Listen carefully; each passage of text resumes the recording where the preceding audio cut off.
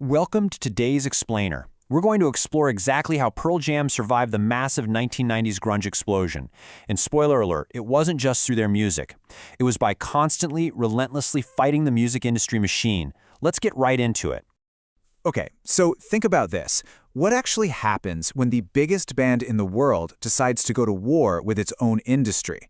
We're looking at a band that actively chose to battle monopolies, fight off crushing fame, and completely shatter industry norms, all while trying to build an enduring 3-decade legacy. So seriously, what happens when you just refuse to play the game? Let's find out. Chapter 1: The Grunge Explosion, Surviving the Weight of Massive Fame.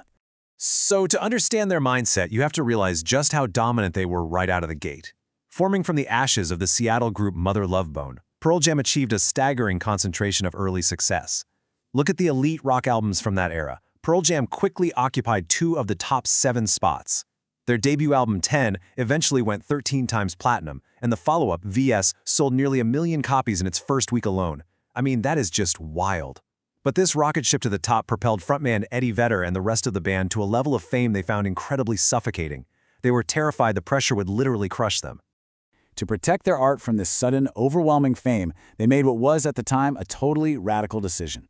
They just stopped making music videos. Even for massive, chart-topping hits like Black, the band flat out refused. Eddie Vedder argued that handing people a prepackaged visual, quote, robbed you of any form of self-expression. He believed that before videos, you'd listen to a song and come up with your own visions. They wanted their music to exist purely on its own terms, totally free from MTV's heavy rotation. Chapter 2: The Ticketmaster War, David versus the Concert Goliath. Now, this anti-establishment ethos really peaked in 1994. Pearl Jam wanted to keep concerts strictly affordable for their fans. That was absolutely crucial to them. They demanded a maximum ticket price of $18.50, with service fees strictly capped at no more than $1.80. But Ticketmaster flatly refused the cap. They demanded a minimum $2 fee just to cover their operational costs. So armed with this sense of invincibility from their massive success, Pearl Jam didn't just argue with them. They actually filed an official antitrust complaint with the Department of Justice, claiming Ticketmaster was a monopoly, gouging their fans. Talk about poking the bear. And wow, the pushback was intense. Ticketmaster CEO Fred Rosen fired back with a blistering ultimatum. He said, if Pearl Jam wants to play for free, we'll be happy to distribute their tickets for free. The industry was absolutely not backing down. And while that federal investigation was eventually dropped, Pearl Jam sacrificed heavily for their principles. They actually canceled their 1994 summer tour in protest and spent years trying to play in non-Ticketmaster venues. Let me tell you, that was a complete logistical nightmare that nearly killed their career. Moving on to Chapter 3: Eddie Vedder's vocal eras, the sonic evolution of a frontman. The immense stress of these years actively reshaped how the band sounded. It's fascinating. Fan analysis of Vedder's live performances actually maps out the band's internal state perfectly over the decades. Back in '92 and '93, you hear that prime, deep, passionate yarl that completely defined grunge. But then, right during the Ticketmaster war in '94 and '95, his voice becomes brash, wild, and angry, honestly bordering on blowing his voice out entirely. As they retreated from the spotlight in the late '90s, his vocals grew more nasal and controlled, focusing on properly hitting notes. Then, moving into the early 2000s, it gets more somber and melancholic, eventually settling into a mature, thinner, but focused instrument by the mid-2000s.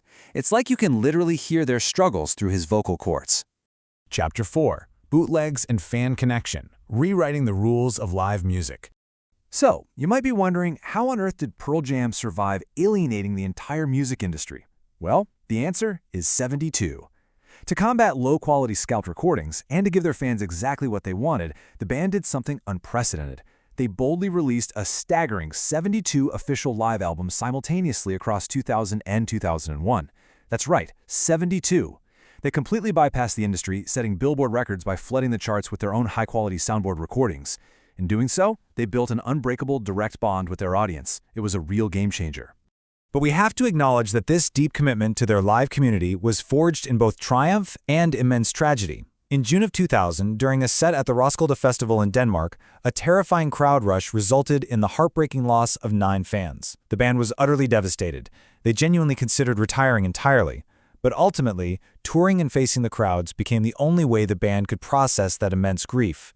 Their live shows evolved from angry youthful rebellions into vital communal healing sessions for both the band and the fans. Chapter 5. Campaigning and Activism. Using the platform for social causes. Now, Pearl Jam didn't just fight for their music. They consistently used their massive platform as a megaphone for social and political causes. And while we're not here to endorse any specific viewpoints, understanding their legacy really requires looking at the causes that were deeply ingrained in their identity. Beyond that huge Ticketmaster fight we talked about, they advocated strongly for abortion rights, working with organizations like Choice USA. You might even remember Vedder famously writing pro-choice on his arm during MTV Unplugged. They also pushed hard for environmental protection, making sure their tours were carbon neutral. They championed voter registration through Rock the Vote and were highly outspoken against the foreign policy of the George W. Bush administration in the early 2000s. By injecting their ethos directly into the cultural landscape, they drew intense loyalty from their supporters and, as you'd expect, pretty strong political controversy from their detractors. So, as we wrap up this explainer, I want you to ask yourself a question. In an industry literally built on playing the game, did Pearl Jam's lifelong rebellion ultimately become their greatest masterpiece? Did their refusal to make videos, their all-out war with monopolies, and their fierce activism cost them the crown of the 90s? Or is it the exact reason they secured a legacy that has outlasted almost everyone else? Just something to think about the next time you listen to 10 or watch them command a massive stadium. Thanks for joining us for this deep dive, and keep learning.